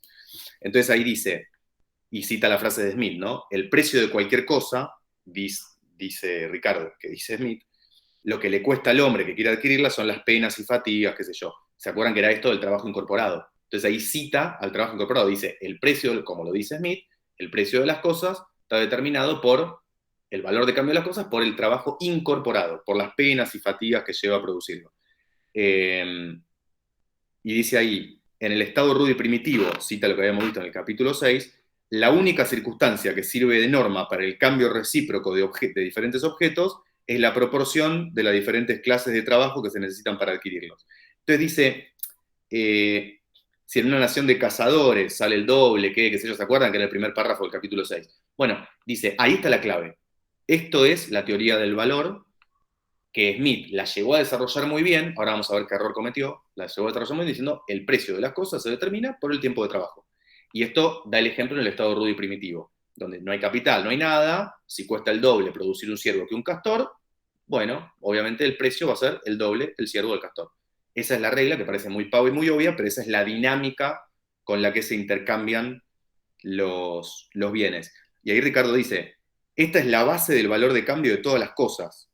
Dice, salvo de aquellas que no pueden multiplicar la actividad humana, o sea, de los irreproducibles. O sea, todos los bienes reproducibles tienen esta norma. Y dice, esta es una doctrina de importancia primordial en la economía política, ¿no? Dice, se dijeron tantas cosas del valor, qué sé yo, que él dice, esta es la doctrina más importante, y lo dice así: si la cantidad de trabajo cristalizada en los bienes determina su valor de cambio, cualquier aumento en la cantidad de trabajo tiene que elevar el valor de este bien sobre el que sea aplicado, así como cualquier disminución tiene que reducir su valor. Lo que está diciendo literal es, lo que determina el valor es la cantidad de trabajo. Si aumenta la cantidad de trabajo va a valer más, si disminuye la cantidad de trabajo va a valer menos. Y acá lo que hace es criticar a Smith diciéndole, Smith definió muy bien que la fuente del valor de cambio es esta cantidad de trabajo, pero lo que quiso hacer es poner una medida de ese valor de cambio, de ese precio. ¿Se acuerdan que era la discusión del capítulo sexto, del quinto? Quiso poner una medida de ese valor y ahí le pifia, porque trata de usar una medida invariable que son los cereales. Nosotros habíamos visto que los cereales variaban de valor, ¿se acuerdan? ¿Por qué? Porque dependía de la productividad que había en el agro. Si hay más productividad va a valer menos, si hay menos productividad va a valer más, o sea, el tiempo de trabajo que lleva a producir una tonelada de cereal. Te digo, se puso a hablar de los cereales y a veces, dice, se pone a hablar del trabajo como una medida normal, como si yo por el trabajo pudiera medir, fuera una medida invariable para medir el valor de las cosas. Y acá lo dice muy directo, no la cantidad de trabajo para producir el bien, sino la cantidad que puede ejercer su capacidad adquisitiva en el mercado, como si ambas expresiones fueran equivalentes. Traduzco, lo que está diciendo acá es, lo que opera, lo que determina el valor de cambio, es el trabajo incorporado, las penas y fatigas, el tiempo que lleva a producirlo, no el trabajo que se puede comandar en el mercado, porque lo que se puede comandar en el mercado, dice él, el trabajo que se puede comandar en el mercado no es igual al incorporado. Y eso es lo que habíamos discutido cuando vimos el capítulo 5, que Ricardo lo que hacía era tomar el trabajo que se comanda en el mercado como trabajo vivo, como si yo lo que fuera a hacer es intercambiarlo por un salario. Entonces dice, y lo dice así, ¿no? Si la recompensa del trabajador estuviera en proporción a lo producido por él, que era lo que me decía antes, creo que Alejandro, la cantidad de trabajo que se emplea en un bien, o sea, el tiempo de trabajo que lleva a producirlo, 5 horas a producir esta botella, y la cantidad de trabajo que este mismo bien adquiriría en el mercado, serían iguales. Y cualquiera de ellas podría medir con precisión las variaciones de otras cosas. Pero no son iguales, dice, pero no son iguales, claramente no lo pueden ser, porque una cosa es el tiempo que me lleva a producir la botella, 5 horas, y otra cosa es, si yo soy el trabajador que produzco esta botella, lo que yo puedo conseguir en el mercado con lo que me pagan a mí, la recompensa al trabajador. Entonces, lo que está diciendo ahí, que es lo que veníamos planteando antes, es el trabajo incorporado es lo que me determina el valor, no el comandado, porque el comandado sería el salario. Y el salario nunca puede ser igual al tiempo que me lleva a producir el bien. Si me llevó 5 horas a producir la botella, el salario no puede ser 5 horas. Tiene que ser 3, 4, 4 y media, 4 y 3 cuartos, pero nunca 5, porque si no, no hay ganancia. Entonces, toda la discusión que va a dar acá, es decir, es plantear concretamente esto. Dice, Smith le pifió, dijo, la fuente es el trabajo incorporado, quiso meter como medida el trabajo, quiso buscar una medida invariable, en principio, y usando al trabajo, primero a los cereales, después se acuerdan al oro y la plata, y después al trabajo, y cuando se puso a ver el trabajo, dijo, el salario parece que no varía de valor. Y ahí Ricardo dice, no, acá le pifió totalmente. ¿Por qué? Porque los salarios, e inclusive los cereales y la plata, todos varían. Y vamos a poner un ejemplo simple. ¿De qué depende el salario? El valor que se le paga al trabajador. ¿De qué depende? En la teoría que estamos poniendo acá, que es la que defiende Ricardo. De las cosas necesarias para que subsista el trabajador, que era esta ley de hierro de los salarios. ¿Y el valor de los bienes básicos para que subsista el trabajador es siempre el mismo? Y no, puede ir variando. Supónganse que el grueso son cereales porque es alimento para él y para su familia. Bueno, la producción de cereales va variando todo el tiempo por la productividad en los sectores productores de cereales. Entonces, el salario también, los bienes salariales, para ponerlo así, también van a variar. Lo que está queriendo decir ahí es, Smith se equivocó en querer hablar del trabajo comandado. Eso del trabajo comandado no tiene ningún sentido, porque si no, no habría ganancia. Lo que opera es el trabajo incorporado y obviamente el salario nunca puede ser igual al valor de la mercancía, que es lo que estamos diciendo, y en concreto, lo que va a terminar diciendo él es que no se necesita, por lo menos no lo dice obviamente abiertamente así, pero no necesita que el que va al mercado conozca los tiempos de trabajo. ¿Se acuerdan que era lo que discutíamos con Smith en el capítulo 5? Lo que está diciendo es, esto funciona. Los precios se forman, más allá de que sepamos cuánto tiempo lleva a producirse. Las cosas se cambian por el tiempo de trabajo. No necesitamos que el que va al mercado conozca esos tiempos y que haya un trabajo comandado, y entonces todo eso dice no tiene ningún sentido. Solo el trabajo incorporado es la fuente del valor y es la medida del valor. Por eso da toda esta discusión donde la medida, dice ahí, la medida del valor no puede ser el trabajo comandado, no puede ser el salario, y lo que está haciendo directamente, por eso lo remarco varias veces, es sacar al salario del medio. La retribución al trabajador nunca puede ser una medida del valor.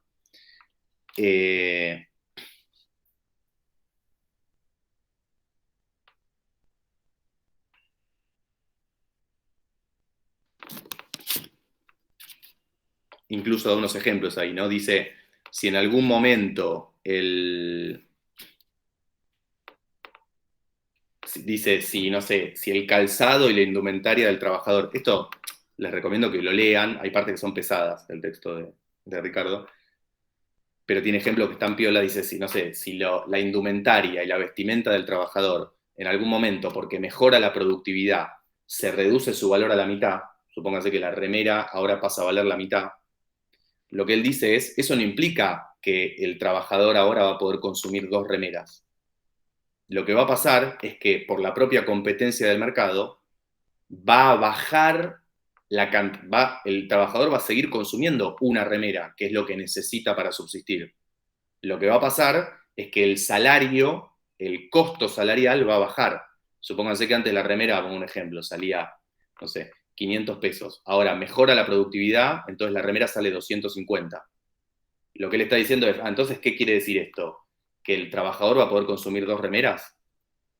Y él dice, por ahí en un primer momento sí, pero cuando empiece a operar la competencia del mercado, lo que va a pasar es que se van a poder contratar trabajadores que consuman una remera. Entonces el valor del salario va a bajar, ¿se entiende?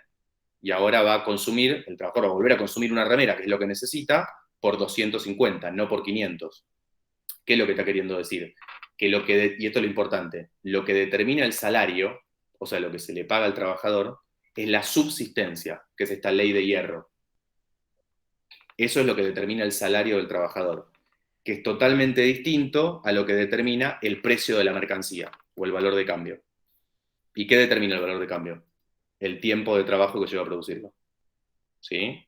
No sé si me siguen con esto, si quedó más o menos claro, o repetimos.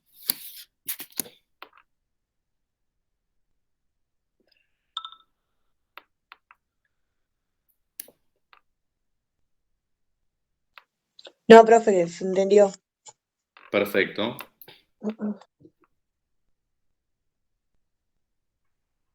Bueno, bien, ahí están todas las discusiones de Smith corriendo, todas las discusiones de Ricardo diciendo el salario va por un lado, el valor del producto, la cantidad de trabajo va por otro. Entonces, primera conclusión importante que sacamos de acá.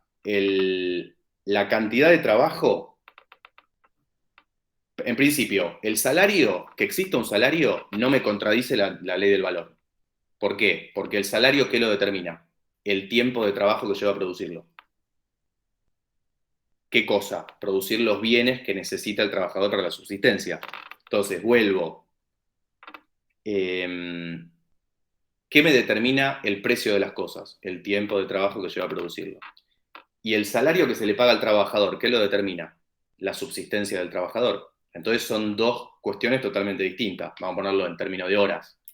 Esta botella salía 5 horas producirse y el salario del trabajador, no importa, son 3. ¿Por qué? Porque es lo que me lleva, es el tiempo que me lleva a la subsistencia del trabajador. ¿Sí? Supónganse que son, qué sé yo, con 3 horas yo ya cubro la subsistencia del trabajador.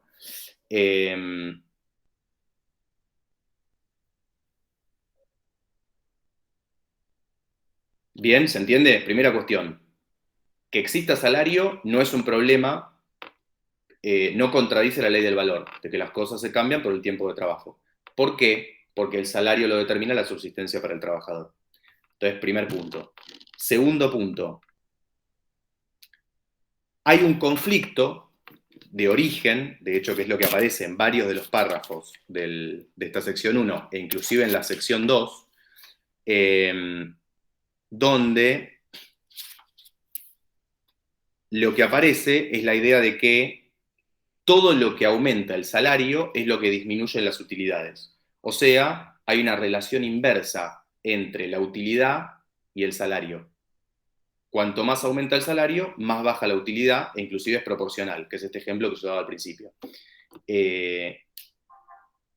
O sea, hay una relación inversa entre salario y utilidades. Vuelvo a lo mismo. El aumento de salarios no me modifica el precio de la botella, sino que me reduce la ganancia del empresario.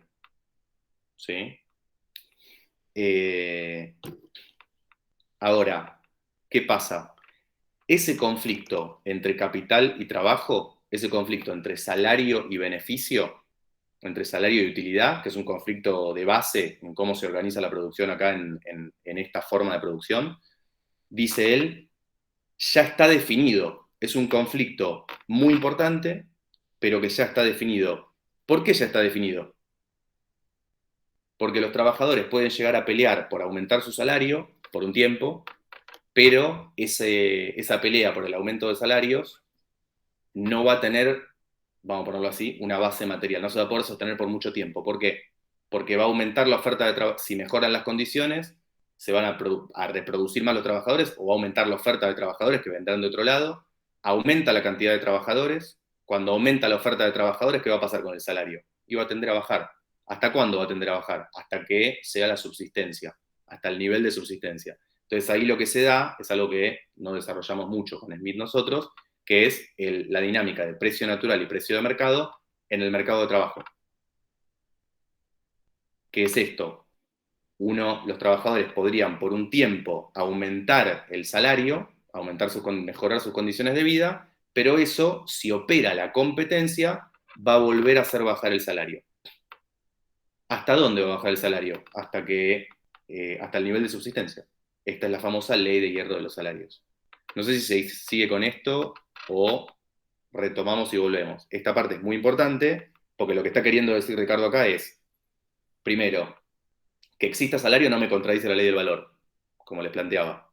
Puede existir un salario y lo que determina el salario es la subsistencia de los trabajadores. Segundo, hay un conflicto entre capitalistas y trabajadores, que es originario de esta forma de producir. Pero es un conflicto que no se va a poder desarrollar mucho tiempo, porque por la propia dinámica que tiene ese conflicto, el salario, por el propio mercado, la dinámica del mercado de trabajo, el salario tiende a la subsistencia. Entonces, va a estar en el nivel de subsistencia, ese salario. Esta es la ley de hierro de los salarios. ¿Qué quiere decir esto? Que el conflicto, y esta es la tercera conclusión, más importante que hay en esta forma de organizar, con esto que dice Ricardo, estoy analizando lo más importante para la economía política es analizar la distribución. Bueno, en estos conflictos distributivos, dice, el conflicto entre asalariados y capitalistas es un conflicto importante, pero no es el más importante, porque ya está definido de antemano. porque el salario de los trabajadores tiende a la subsistencia. ¿Cuál va a ser el conflicto más importante? El que van a tener los capitalistas con los dueños de las tierras. O sea, la distribución entre el beneficio y la renta de la tierra. Ese es el conflicto más relevante. Después, ahora lo miramos un toque con el ejemplo de la renta de la tierra, pero ese va a ser el conflicto más relevante que va a aparecer en esta sociedad, porque es la lucha entre quién se apropia, si los capitalistas o los terratenientes, del grueso de los excedentes que se generan con la acumulación de capital, cuando crece la economía. No sé si se entendió esto, o hay algún comentario con eso. Lo hago muy simple, por lo menos para hacerlo directo y después lo vemos. El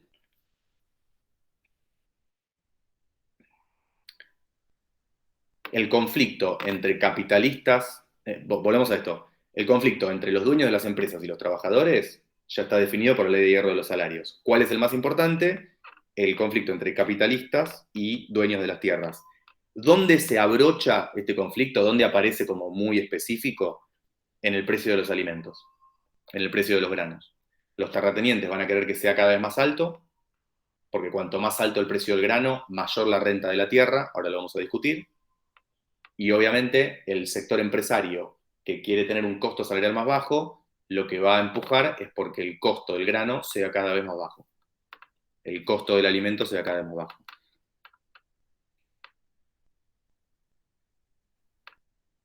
Cuando sube el precio de los alimentos, la renta de la tierra es más alta y obviamente el costo salarial es más alto. Cuando baja el precio de los alimentos, es la situación inversa. Por eso toda la discusión que hablábamos la vez pasada de Ricardo discutiendo muy fuerte para que se eliminen los impuestos a la importación de granos en Inglaterra, para que entren granos del exterior, sobre todo de Francia, con un costo más bajo.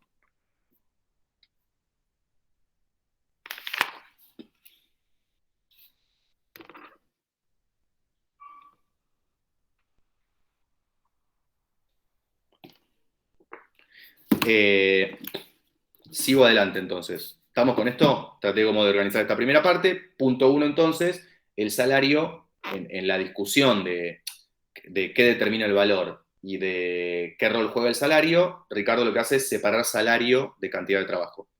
Y dice, no me contradice la ley del valor. Las cosas se cambian por el tiempo de trabajo, más allá de que exista un salario. Y que el salario no es igual al tiempo de trabajo que lleva a producir el bien, lo cual es un problema, ¿no? Porque Smith había tenido ese problema. ¿Cómo hacer para salir del estado rudo y primitivo y que el tipo que trabaja se lleva solo una parte? Bueno, ¿qué justificación le da Ricardo? Salario de subsistencia.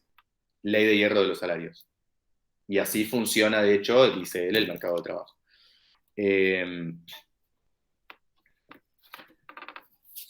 Bien, en la sección 2, algo de lo que me comentaban hace un rato,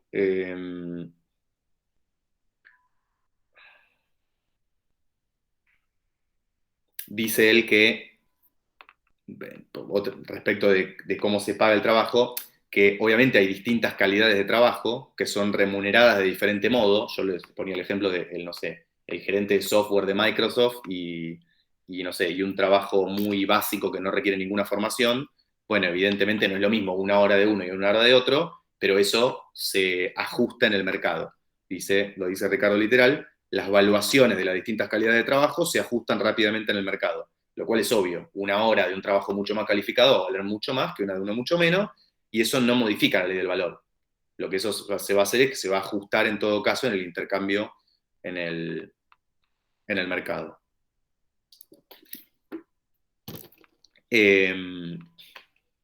Bien. Entonces, lo otro que dijimos es que en todo este planteo, Ricardo lo que hace es decir, toda la discusión del trabajo comandado no tiene sentido porque lo que opera es el trabajo incorporado, el tiempo de trabajo que lleva a producirlo, y no la remuneración que se le paga al trabajador. Y en la sección tercera, Ricardo se pone a hablar de cómo entran las herramientas, el capital, los instrumentos de producción en el valor. Porque el otro problema que hay es que, ¿cómo hago para decir si yo produzco esta botella con maquinaria? Obviamente va a ser mucho más eficiente y voy a producir muchas más botellas por hora de trabajo. Entonces ahí Ricardo arranca la sección 3, hablando del capital, y diciendo cómo es que el capital entra en la formación de los precios. Cómo entra el capital en la formación de los precios o en el valor. Y ahí dice que el valor de los bienes no solo resulta afectado por el trabajo que se aplica de inmediato, sino también por el trabajo que se empleó en los instrumentos, herramientas y edificios con que se complementa el trabajo inmediato. O sea, lo que está queriendo decir es el precio de esta botella, si son 5 horas, por ahí yo usé una máquina y la máquina me llevó a producirla, no importa, 2 horas. Entonces, el tiempo de trabajo que me llevó a producir la máquina se transfiere al bien que se produce. Entonces, si yo tengo una máquina de 2 horas y yo trabajo 3 y produzco esta botella, el valor de la botella es 5, porque 3 es la hora de trabajo que trabajé yo directamente y 2 son indirectamente las horas de trabajo que se trabajaron para producir la máquina. ¿Se entiende? Entonces sería el valor del trabajo directamente aplicado y del indirectamente aplicado. Ese trabajo indirectamente aplicado sería el trabajo que se utilizó previamente en producir las máquinas.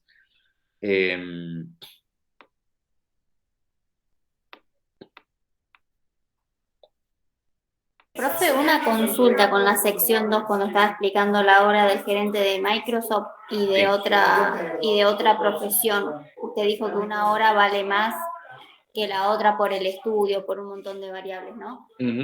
Usted dijo que se ajusta en el mercado. ¿Cómo se ajusta en el mercado esas diferencias del pago de las horas de los trabajadores? Es como lo más simple que se te ocurra con eso, que es, si yo yo no sé nada de software, por ejemplo, y yo ofrezco mi hora de trabajo, va a valer, no sé, 500 pesos. Si el gerente de software de Microsoft ofrece su hora de trabajo, vale 5 millones de pesos. Bueno, eso en el mercado efectivamente es así, yo te lo digo muy concreto, una hora del trabajo de ese tipo está valuado en el mercado muy alto y una hora de, no sé, el trabajo de dar una clase de economía está valuado muy bajo. ¿Se entiende? Podemos poner cualquier ejemplo que quieran, pero eso se evalúa directamente en el mercado y se ajusta en el mercado. Yo no puedo comparar una hora de mi trabajo con el de este tipo, ni con la hora de algún otro, por ahí con alguno de ustedes no importa, no lo puedo comparar porque son diferentes cualidades y diferentes formaciones. Lo que dice es, en el mercado eso se ajusta. ¿Qué quiere decir? Que se paga la hora de trabajo tomando en cuenta esas diferencias. Entonces, el valor de la botella, si yo digo, te cambio una hora del trabajo de la botella, por ahí es, no sé, 0,01 hora del trabajo de producción del software del tipo de Microsoft. ¿Se entiende? Porque Pero a veces eso es injusto, ¿o no? ¿Cómo? A veces eso es injusto porque quizás un trabajo vale más que otro y no te lo pagan como realmente te lo mereces, ponele. Total, está buenísima la discusión que mete ahí Santiago de la justicia o no. Si se dan cuenta, yo todo lo que estoy diciendo no estoy metiendo ni la justicia, ni la solidaridad, ni si está bien o está mal. Estamos describiendo cómo funciona y está bien lo que dice Santiago ahí, porque efectivamente vos decís, muchas veces es injusto, pero en el sentido de que no está bien valuado, sería. Yo tomo del otro lado lo que está diciendo. Pero en realidad a veces el mercado no te lo evalúa bien. A veces está mucho más formado y no te lo pagan. Es como, no sé, el ejemplo típico, un ingeniero manejando un taxi. Bueno, y efectivamente pasa. Pero está recontra capacitado para hacer ese trabajo. Bueno, pero el trabajo por el que están pagando es el taxi. Ahora vos decís, me pagan poco por, no sé, laburar en un call center de no sé qué. Sí, pero están pagando por el trabajo de call center. Otra cosa es que vos puedas estar mucho más formado para hacer ese trabajo. ¿Se ve? Entonces ahí entra toda la discusión, que está bueno lo que decís, si es justo o no es justo lo que te pagan por ese tipo de trabajo. Lo que yo digo es, el mercado tiende a ajustar eso, por lo que considera el mercado, que obviamente, como ya sabemos, no tiene que ser ni justo, ni solidario, ni no sé qué, pero sí lo tiende a ajustar. Y te dice, yo te pago por este tipo de trabajo, que es lo que vale ese trabajo. Y si vos no lo podés hacer, tengo otros que lo van a hacer. Puede ser que vos estés sobrecalificado para hacer el trabajo. ¿Sí? No sé si va por ahí el comentario. Sí, sí, sí. Se nota que estudios sociales, por eso meto estas discusiones. Todos los que estudiamos sociales tenemos ese problema, somos mayoría, así que aparece el problema de las sociales, la sobreformación para el mercado de trabajo. Pero aparece ahí, imagínate cualquier cosa, no sé, en una encuestadora, cualquier tipo de cuestión, y además tiene que ver con la utilidad que tiene eso para el propio mercado. Porque andás a ver si la discusión sobre Ricardo y la teoría del valor no es que te va a formar eso, no es que te van a tomar eso como una calificación más para el tipo de trabajo que haces. ¿Se ve? Entonces ahí entra toda otra discusión que es interesante de cómo juega la formación personal en ese tipo de trabajo. Pero digo, vuelvo a cómo funciona el mercado en sí, inclusive el mercado hoy. Si vamos a decirlo así más fuerte, al mercado no le interesa tener egresados en sociales, ¿no? Eso está claro, digamos, ¿no? Le va a interesar tener más egresados en ingeniería, no sé, en ingeniería química, digo, se entiende, podemos dar un montón de discusiones, pero entonces sería qué es lo que necesita el propio capital para reproducirse, el sistema, el mercado, para reproducirse, y ese tipo de trabajos los valúa según la necesidad que tiene el capital para reproducirse. Bueno, ahí lo que yo digo es, eso sí te lo ajusta el mercado. Si estás más o menos formado, vos decías si era justo o no, en lo que está buscando el mercado para ese tipo de puesto. Y ahí sí te lo ajusta. No sé, el laburo de un albañil, de un obrero raso, de un docente, de un científico, de un ingeniero en software, no sé, digo, todo eso se va evaluando en el mercado, se evalúa directamente. De cuánto se paga a la hora de trabajo. Bueno, eso es muy directamente, lo que dice Ricardo es, eso no me modifica que las cosas se cambien por su valor. Obvio que hay diferentes tipos de trabajo y los trabajos se van ajustando en el mercado. Dice, pero las cosas se cambian por el tiempo de trabajo que lleva a producirlas. No es lo mismo una hora de trabajo de vuelta del ingeniero en software que, no sé, una hora de trabajo mía en software. Bien, y yo lo que les decía, para avanzar con esto, igual si hay algo más ahí, Santiago, creo, no sé si Erika le han dicho algo más, comenten. Para avanzar con esto les decía que cuando él habla del capital, dice entonces, es el trabajo directo y el indirecto aplicado, inclusive del ejemplo. Dice, inclusive en el estado rudo y primitivo de Smith, en ese que nos inventó, ya ahí había capital. O sea, el cazador o el recolector tenía algo, dice, tenía alguna herramienta rudimentaria, dice, sin arma alguna, ni el castor ni el venado pueden ser cazados. Dice, por lo tanto, el valor de dichos animales no solamente es el tiempo necesario para cazarlo, sino el tiempo de trabajo que tuvo que usar para producir su capital, para producir el arma con cuya ayuda efectuó la cacería. O sea, lo que está diciendo ahí es, el valor va a depender entonces del trabajo directo y del trabajo indirecto.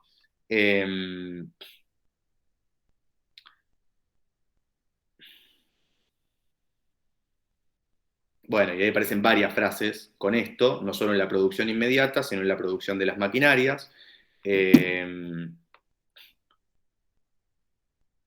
Les quería poner uno de los ejemplos que pone Ricardo, hace todo un ejemplo de la producción de medias. Entonces, no sé, cuando vas al mercado en la producción de las medias, dice, no solo el valor de la media, no es solo el del tipo que produjo la media, sino, y del ejemplo, ¿no? Dice el trabajo necesario para cultivar el suelo del algodón, el trabajo del transportar el algodón hasta el fabricante de medias, inclusive si eso implica la construcción de un barco, hay un cachito de la construcción del barco que va a la media, el trabajo del hilandero, el trabajo del tejedor, el trabajo del ingeniero, del herrero y del carpintero que levantaron los edificios. Dice, la suma de todo este tipo de trabajo determina la cantidad de otras cosas por las cuales dichas medias se pueden cambiar. O sea, está poniendo el ejemplo diciendo, el valor de la media no es el trabajo solo directo, sino la multiplicidad de indirectos. Las máquinas que se usaron, los edificios que se produjeron, un cachito de todo eso va al valor. Eso que está diciendo ahí, entonces, es la explicación de cómo es que la herramienta o el capital interviene en la determinación del valor por el tiempo de trabajo. Entonces, no es solo el tiempo directo, sino que además es el tiempo indirecto. Y la definición que da, obviamente, cuanto más se invierte en maquinaria, más productivo es el trabajo.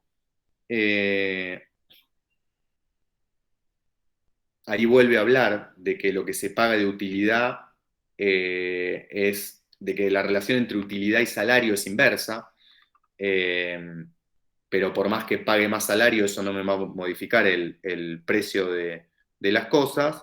Y acá dice, que ahí les quería pasar esto.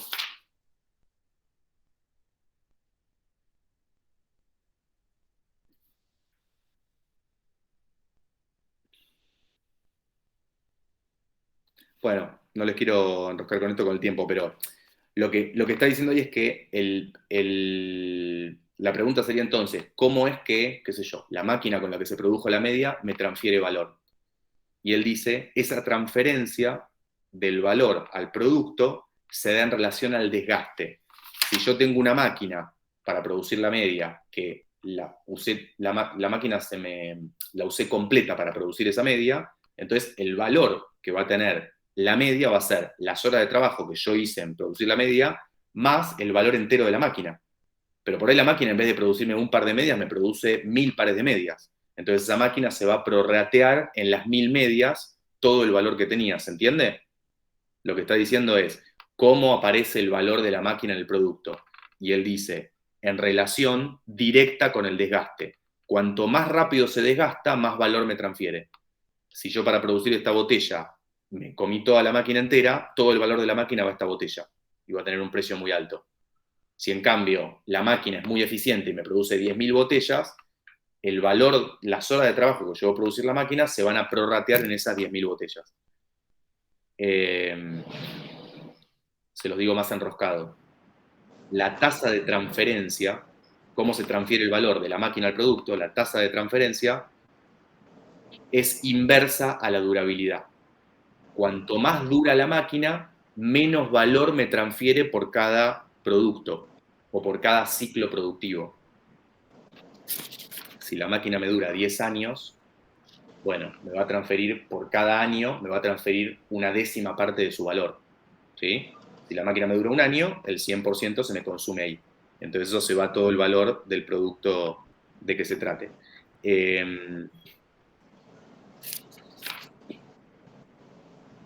Esto es muy importante porque acá lo que aparece es una idea más compleja, que se las nombro para verla, y lo vamos a discutir bien a fondo en la clase que viene, que es que en realidad pareciera, si yo, inclusive en el ejemplo que yo les puse en el cuadro, si yo miro el producto, supónganse que yo tengo no sé, el ejemplo de la botella, dijimos una máquina que produce la botella. Si la máquina me produce, yo invierto en una máquina, no sé, supongan 100 pesos en la máquina, una máquina barata. Esos 100 pesos los voy usando en 10 ciclos productivos. En cada ciclo me produce una botella. ¿Sí? ¿Cuánto valor me transfiere en cada ciclo a cada botella? Y si salía 100 pesos, son 10 ciclos, me transfiere 10. O sea, me transfiere 10 pesos a cada botella. ¿Qué pasa? Si yo miro el primer ciclo, el segundo ciclo, el tercer ciclo, lo que yo voy a ver es que yo invertí plata en la máquina, invertí 100 pesos, y en el primer ciclo me está dando 10 pesos. ¿Cuál sería la tasa de ganancia? Un 10%. En el segundo ciclo me está dando 10 pesos, un 10%. En el tercer ciclo, 10 pesos, otro 10%. O sea, pareciera como que me está dando una tasa de ganancia de 10% en cada ciclo, ¿se entiende? Pero ¿cuál es el problema? Si yo miro el ciclo completo, yo llego al año 10, me consumí toda la máquina, y en realidad lo que me doy cuenta es que esto no era una ganancia que me daba en cada ciclo productivo, sino que era algo que modernamente se llama amortizar el capital. Porque lo que estaba pasando es que me estaba transfiriendo el valor de la máquina, que después al final de los 10 ciclos la máquina no me sirve más. ¿Se entiende la lógica? Esta máquina se me desgastó. Es el famoso, se le podemos poner 1000 nombres modernamente, hoy en las planillas de las empresas aparecen así, que es el desgaste del capital, el desgaste de la maquinaria. Esto es amortizar la máquina. Entonces, lo que yo estoy viendo en cada ciclo productivo, que parece que es una ganancia, en realidad no es una ganancia, es amortizar el capital en cada uno de los ciclos. Si yo en vez de verlo en los 10 ciclos productivos, lo miro en uno, y digo, los 100 pesos me los consumo en una botella, me doy cuenta que yo invertí 100 pesos, ¿y cuánto le transfirió de valor a la botella? 100 pesos. ¿Saqué alguna ganancia? Cero. ¿Se entiende la diferencia? Entonces, acá hay un problema que es, en la propia teoría de Ricardo, que él pareciera decir que la ganancia sale de que el capital transfiere valor al producto, Pero en realidad eso no es una teoría de la ganancia, eso es amortización, la ganancia ida a cero. Se lo digo así muy brutamente, porque ese es el problema de fondo que tiene Ricardo con su teoría de la ganancia en los principios de economía. Hay una especie de ganancia aparente, pareciera que es una ganancia, pero cuando vos lo ves en todo el ciclo productivo, la teoría de él es que la máquina tiene 100 horas de trabajo y las transfiere a los productos, o sea, no me genera ninguna ganancia. Vamos a decirlo así más brutamente. Confunde ganancia con amortización. Ese es un problema grave de la teoría de Ricardo. Dicho esto, que después lo podemos discutir a fondo, el principio que él plantea es que el valor de las cosas está determinado por el tiempo de trabajo directo e indirecto. O sea, las horas de trabajo directas, lo que trabaja el trabajador por producirlo, más el indirecto, que es lo que costó producir la máquina. Ese principio, inclusive, dice él, está vigente aunque una clase, de hecho lo dice así Ricardo en el texto, aunque haya una clase que se apropie de todas las herramientas. Por más que haya una clase que se apropie de todo, que él lo ve, y él dice en la clase que es la clase de los empresarios dueños de los medios de producción, se apropia de todas las herramientas, inclusive ese principio está vigente. O sea, el valor de todos los bienes que se intercambian, como este ejemplo de las medias, no es solo el trabajo directo, sino el trabajo indirecto de todos los otros trabajos para producir la maquinaria. Vamos a ponerlo así, la máquina transfiere valor al producto. En esta teoría de Ricardo, la máquina no genera ningún valor nuevo, transfiere valor al producto. Se los planteo así muy básico porque después esto da para, son unos debates enormes hasta hoy, pero entonces explícame por qué los capitalistas invierten en maquinaria, y porque baja el costo de producción. Obviamente baja el costo. Yo antes producía una botella, ahora produzco 2, produzco 3, produzco 4, porque mejoro la productividad con una máquina. Entonces está toda la discusión y el capitalista individual gana. Aparecen un montón de discusiones. Explícame por qué le invierten en máquinas si me está diciendo Ricardo entonces que no. Pero la confusión de Ricardo es esta. Él está esbozando una teoría. Primero, vamos a decirlo así. Hay una teoría del capital. ¿Qué es el capital? Herramientas. Después busquen esto anótenselo, capital fijo y capital circulante, son dos conceptos que él usa. Él dice que son medio difíciles de distinguir. El capital fijo es el que dura más ciclos productivos, como si fuera una máquina que me dura 10 ciclos productivos, y el capital circulante es el que dura menos ciclos productivos. Puntualmente el circulante sería como el salario, es lo que yo pago en salarios y se gasta, se consume en un ciclo productivo. Pero inclusive si yo uso, no sé, la semilla para molerla, hacer pan y venderlo, esa semilla, que es una especie de insumo, también es capital circulante. ¿Se ve? Como, para que lo tengan claro, búsquenlo después ahí, lo discutimos. Hay dos definiciones de capital ahí, el circulante y el fijo. Pero lo importante con esto es que él dice, ¿qué es el capital? Las herramientas, las máquinas. ¿Cómo transfieren valor al producto? Bueno, transfiriéndolo de manera directa al desgaste. Cuanto más se desgasta, más transfiere. Y la pregunta que sigue entonces es, Ricardo le dice a Smith, ni en tu estado rudo y primitivo funcionó tu sociedad donde no había capital, porque en ese estado también había capital. Bueno, y la pregunta que sigue entonces es, ¿y la ganancia qué es? Y Ricardo dice, la ganancia, que es lo que dice ahí, es justamente por invertir en capital. Pero cuando empezamos a mirar su teoría de la ganancia, se confunde con la amortización. Pareciera que la ganancia aparece en cada ciclo productivo, que es lo que transfiere de producto, lo que transfiere de horas de trabajo, pero cuando lo mirás en el producto completo, confundió, y este es el problema, la ganancia del capital con la amortización. Llegamos al final del ciclo productivo, la máquina se destruyó, ya no produce más, y no me dio ni una hora más de ganancia, porque es la teoría de él. La máquina transfiere valor, no genera valor nuevo.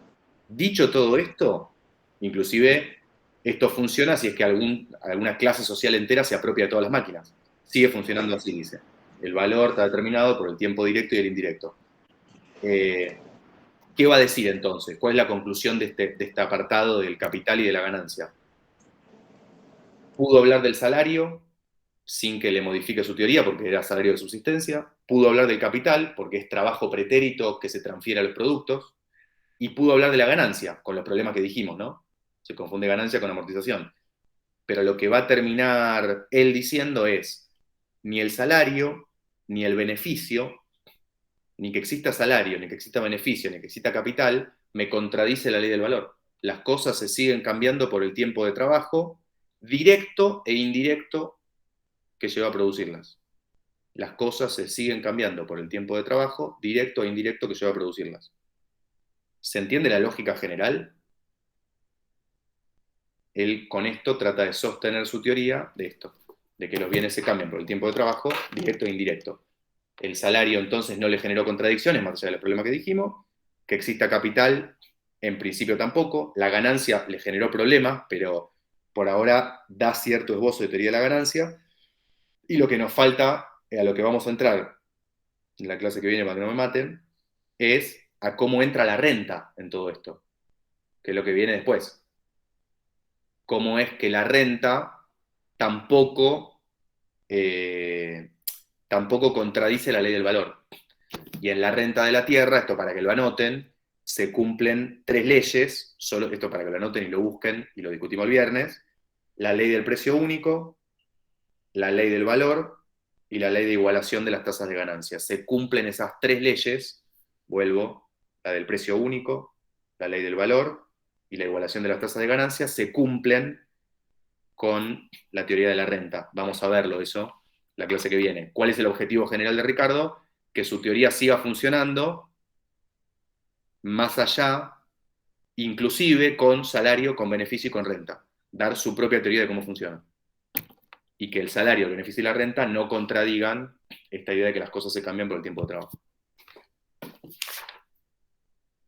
Lo que los llamo a buscar ahí, abro por si alguno quiere hacer algún comentario, busquen los cuadros en los ejemplos que yo di, el viernes los vamos a ver un poquito en detalle, para mirar esto con algunos números. Estos ejemplos que yo di, mirarlos con algunos números.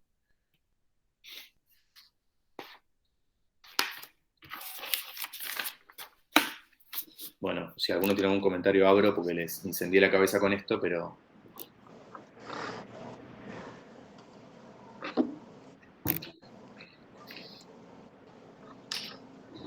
Ya no me da mal la cabeza, profe. Me imagino. Era el objetivo. Quemarle la Mucha cabeza. información. Logré quemarle la cabeza.